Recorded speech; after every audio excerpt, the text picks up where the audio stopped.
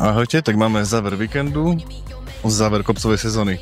Čo by som povedal? Huty, môžem povedať, že boli super, len zmeniť dátum na teplejší, lebo táto sobota bola katastrofálne chladná.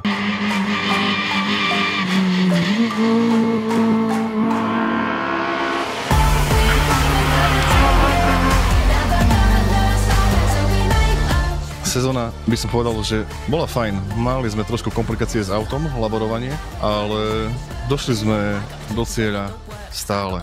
Dáme to do poriadku, pripravíme sa na novú sezónu, do nových bojov.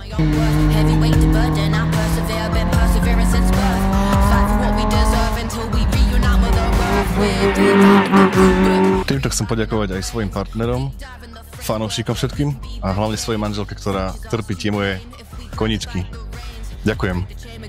A sa preberá Peter Prokopčák.